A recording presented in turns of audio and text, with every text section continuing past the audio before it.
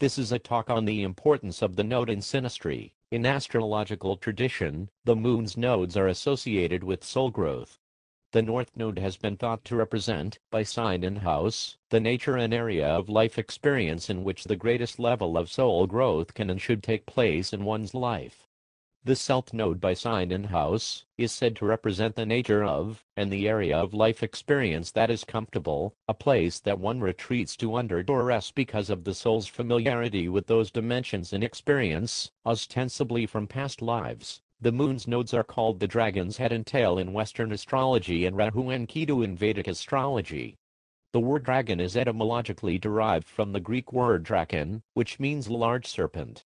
Rahu and Ketu are recognized as serpent powers in Hindu astrology, so there is a direct association between the dragons of the West and the serpents of the East. Where the moon's orbit crosses the apparent path of the sun, the ecliptic, two crossing points are formed. The moon moves northward across the ecliptic and the moon moves southward across the ecliptic. The northern crossing is named the north node. The southern crossing is named the south node. Ancient astrologers saw these points of contact on the ecliptic as being representative of the points where the divine could enter into our lives. This quickly became associated with an act of grace, an act of karma, and many mythologies surround the nodes because of this. The most popular myth connected with the nodes is the Greek poem, The Quest of the Golden Fleece. In this poem, Greek hero, Jason, searches for a prized fleece that is guarded by a dangerous serpent dragon that never sleeps. Accompanied by the enchantress Medea, she lulls the dragon to sleep, in order to give Jason a chance to capture the fleece. Jason ends up getting swallowed anyway, and is later regurgitated by the beast. He is revived by Medea, who charms the beast enough for Jason to finally capture the fleece, and continue along his journey. The operative theme words in this myth are swallowed and regurgitated, which is really another way of saying death and rebirth. Any number of myths regarding the nodal axis that are recounted along these lines all have to do with the idea of birth and rebirth, of past and present lives, thus karma, reincarnation, and soul growth. Stated simply, the nodal axis is linked with personal karma. Keeping with the idea that the nodes have a karmic symbolism, it becomes easy to understand how the use of the nodal axis in synastry is very important in gauging relationship potential. There are relationships that come and go without much of a lasting effect in one's life, and then there are relationships that make a lasting impact forever. In some cases, these kinds of relationships are bigger than the two people. It is as if some power beyond the two people is calling the shots of the relationship to a significance that goes beyond the norm. Two people are seemingly swept away with what happens between them, and important life lessons are learned. We can be glib and suggest that these kinds of relationships exist because the souls of two people have a kind of recognition that goes beyond what can be understood with the eyes on the physical level.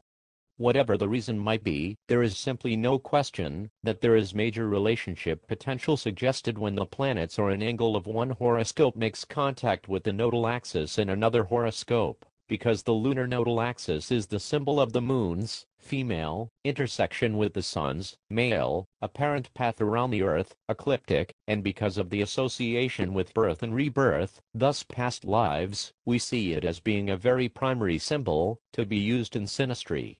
Using a 3-degree orb maximum, contacts, conjunction, square, and quindecile, made from one person's planets or angle to the other person's nodal axis is an indication of a link between two people that is of such potential profundity that it cannot be fully understood. I also count trines, but with no more than a 2-degree orb.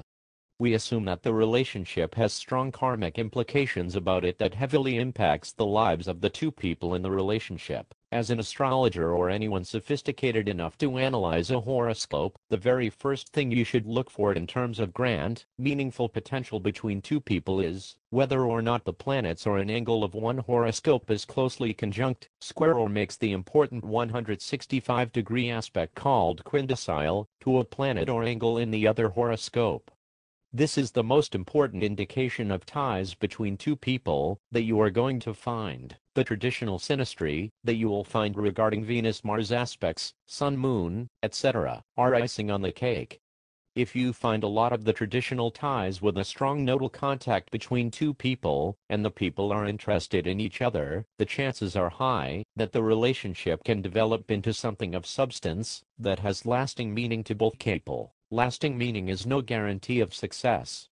There is nothing in synastry that will tell any astrologer whether or not a relationship will last. That is determined by two people. What astrology can do accurately is talk about the potentials between two people, and the height of that discussion has to do with the node. One of the best examples I can think of involves the horoscopes of the late John and Jackie Kennedy. Her north node was at 17 degrees Taurus and his Mars was at 18 degrees Taurus. His node was at 12 Capricorn and her Uranus was at 11 Aries. The same can be said for Nancy and Ronald Reagan. His node was at 14 Taurus and her Neptune was at 16 Leo. What about OJ and Nicole? His node was squared by her Pluto. Her Sun conjoins his node. OJ's Neptune conjoins her Moon node conjunction, even in the case of Chris Brown and Rihanna. Her Sun and his node are in exact conjunction. As you can see, the tie between the people is not always going to be a pleasant one. That is not for astrology to determine. But what the nodal contact in synastry does suggest is a relationship with very deep meaning potential. I hope you will use this information and that it is helpful.